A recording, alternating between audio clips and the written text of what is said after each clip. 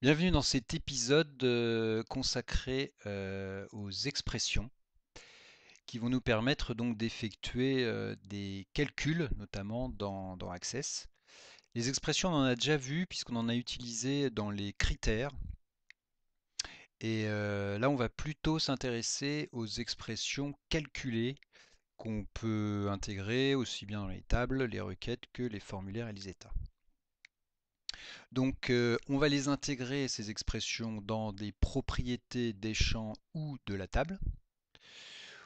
On les intègre, comme on l'a vu précédemment, dans les critères. On va aussi voir maintenant comment les intégrer dans des champs calculés dans la requête. On peut également les intégrer dans les contrôles qui sont appelés donc contrôles calculés dans les formulaires et les états, dans les macros et dans les modules VBA. Alors, à quoi sert une expression? Eh bien, une expression, ça va être utile pour effectuer des calculs. Donc ça, c'est ce à quoi on va s'intéresser dans cet épisode. À manipuler aussi des caractères. Et ça peut aussi servir à tester des données, donc notamment quand on a défini des critères dans les requêtes. Tous les objets d'Access présentent des propriétés et ces propriétés acceptent des expressions. Donc voici quelques exemples de propriétés. Source control qui est une propriété de zone de texte ou des listes de choix dans les formulaires ou les états. Valeur par défaut, valide si, etc. Dans le code VBA d'une procédure événementielle ou d'un module d'Access, on peut aussi utiliser des expressions dont la syntaxe va être proche de celle qu'on utilise dans les objets Access, comme ceux que j'ai listés au-dessus. Alors, de quoi va être constituée une expression? Elle va être constituée d'opérateurs, donc ça on l'a déjà vu avec les opérateurs de comparaison par exemple dans les critères.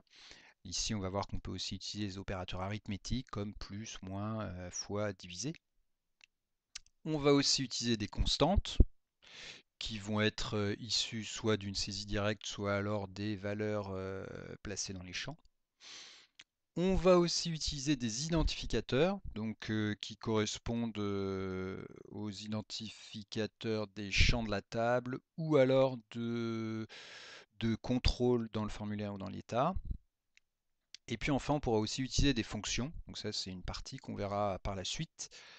Donc des fonctions qui permettent d'effectuer des calculs spécifiques sur les données. Donc tous ces éléments-là vont être combinés enfin, au sein d'une expression. Donc un premier exemple d'expression, celui-ci, qui peut être placé par exemple dans une zone de texte d'un contrôle de formulaire ou d'état. Donc ici, on a l'utilisation d'une fonction, qui ici s'appelle somme, d'un identificateur qui correspond à un champ qui s'appelle prior tax, d'un opérateur qui est ici l'opérateur de multiplication, et enfin d'une constante. Donc ici, on a un exemple assez complet d'expression.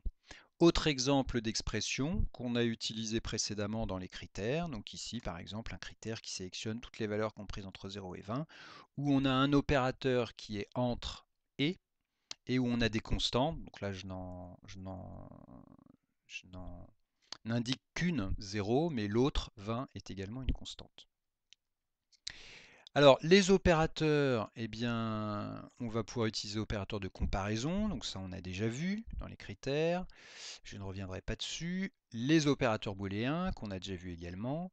Les opérateurs du type numérique, donc ça c'est dans un premier temps ce qu'on va utiliser. Donc ici, on a dans l'ordre le plus pour faire l'addition, le moins pour faire la soustraction, l'étoile pour faire la multiplication, le slash pour faire la division, l'anti-slash pour faire la division entière, c'est-à-dire récupérer la valeur entière de la division, mode qui correspond au modulo pour récupérer le reste de la division. Pour ce qui est des opérateurs sur les champs de type texte, on en a un, c'est l'opérateur de concaténation, le et commercial, dont j'ai parlé dans une vidéo précédente sur les listes de choix, sur lesquelles on va revenir plus en détail. On utilisera aussi des fonctions, donc des fonctions qui permettent de manipuler les champs de type texte, comme gauche, droite, etc. J'indique ici les fonctions les plus usuelles, mais il y en a d'autres. Quand on manipule des champs de type numérique, on va utiliser également des fonctions particulières qui permettent de récupérer la valeur absolue ou de récupérer un arrondi ou la partie entière d'une valeur. Et puis les fonctions associées au champ de type dateur qui nous permettent d'ajouter une période à une date, de faire une différence entre deux dates, de récupérer l'année d'une date, etc., etc.